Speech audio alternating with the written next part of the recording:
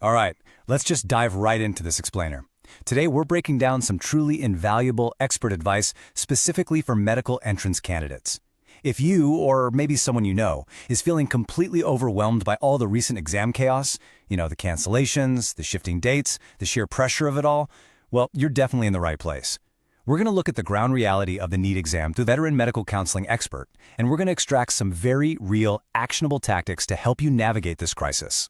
So let's start with the elephant in the room, right? We have to acknowledge the extreme anxiety you and your parents are probably feeling right now. When exams get canceled or postponed, this massive wave of doubt sets in.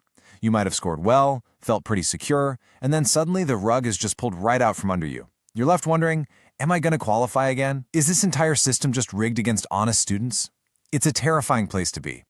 Section 1. The Systemic Exam Crisis. To figure out exactly why this chaos is happening, we first have to look at the staggering math behind the exam itself. The math actually brilliantly illustrates the crisis. When you break down the numbers, it's a staggering 1 to 23 ratio. We have roughly 23 lakh applicants fighting for just about 1.29 lakh available medical seats across the entire country. When demand so drastically outweighs supply like that, it inevitably creates a breeding ground for systemic flaws, immense pressure, and, unfortunately, malpractice. Our expert points out that this immense demand leads directly to incidents like the Nasik press leak. And what's really terrifying about that situation is that the paper was leaked before it was even physically printed. It was literally circulating days in advance. That exposes deep, deep internal vulnerabilities, and it proves without a shadow of a doubt that the current chaos is completely out of your hands as a student, which means you absolutely cannot blame yourself for these systemic failures. Moving on to Section 2, Protecting Your Mental Motivation. Now we're going to pivot away from what you can't control and focus laser-like on guarding your mindset. To address this whole fear of the unknown, the expert uses this really brilliant weightlifting analogy. A lot of you are probably worrying, what if the students who scored lower than me suddenly overtake me in the retest? Well, think of it this way. A student who has only built the capacity to lift 50 kilos cannot magically lift 100 kilos overnight. It doesn't matter how many dry fruits they eat or how much they exercise. If you built the capacity to score a 500, someone with a 300 capacity won't suddenly bridge that massive gap. You simply have to trust the academic muscle you've built.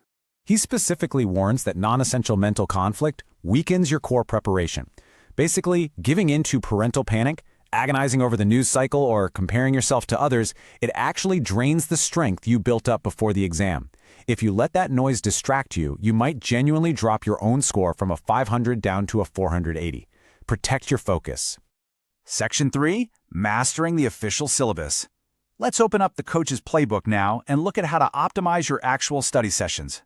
Think about the exam syllabus in terms of proportions. If you use active recall and spaced repetition to perfectly retain and master 70% of the core syllabus, you are mathematically protected against the 30% of unpredictable or difficult questions. Even if they pull some bizarre questions from that tricky 30%, they still absolutely must draw heavily from the 70% core. Mastering that core is your ultimate safety net. The expert really emphasizes that the syllabus is a fixed boundary. Sticking strictly inside the official syllabus is vastly superior to panicking and chasing 100 different outside study materials. The exam has to eventually draw from that core boundary. Perfect what you already know, rather than scattering your energy on all the things you don't. Section 4. Surviving the Gambling Trap. Next, we really need to talk about execution and navigating your biggest hidden enemy. Yep, I'm talking about negative marking. The expert frames this not just as a standard exam rule, but as a systemic filter designed almost exactly like a casino trap. Remember those 23 lakh applicants we talked about? The authorities use negative marking to actively tempt candidates into gambling away their secured points, just to filter that massive pool down. It is a psychological trap, plain and simple. And this next part just breaks my heart, but it perfectly illustrates the danger. The expert shares a painful, real-life anecdote of a student who mathematically had enough correct answers to win a seat. The cutoff was 395, and she had successfully answered enough questions to score 410. But she gambled. She guessed on extra questions, took 21 negative marks, dropped below the cutoff, and lost her seat. She literally threw away her own victory. So your strategy on exam day has to be absolute ironclad discipline. Here are the golden rules. Unless you are 100% sure of the answer, do not touch the question. Totally ignore the temptation to guess. Your primary job in that exam hall isn't just to score points, it is to fiercely protect the points you have already earned. Section 5. The power of repeating. Let's shift gears for a second and completely reframe how we view repeating the exam. There's a massive stigma in our society around taking a drop year, right? But take the incredible journey of Kajabi, a student the expert actually mentored. She missed a seat in her first 2 attempts. By attempt 3 and 4, she could have easily taken private options, but she relentlessly refused because she knew exactly what her goal was. Finally, on her 5th attempt, she secured her dream seat in a government medical college, and today she's completing her postgrad. What Kajabi's story shows us is that repeating is really a journey of gaining necessary experience. Not everyone runs a sprint right out of the gate. Some people need time to learn how to walk, then jog, then run. Every attempt builds your academic muscle. You are climbing stairs. You're not falling behind. Section 6. Navigating alternate paths. Finally, we have to be realistic here. If the MBBS path truly isn't working out, you need a backup plan. But the expert strongly warns against what he calls the foreign trap. Agents are going to push you to get a medical degree abroad, but the reality is absolutely grueling. You spend 6 years studying in places like Georgia or the Philippines, often struggling with language barriers and learning on plastic models instead of real cadavers. Then you return to India and must pass the FMGI exam, which has a brutal 18% pass rate.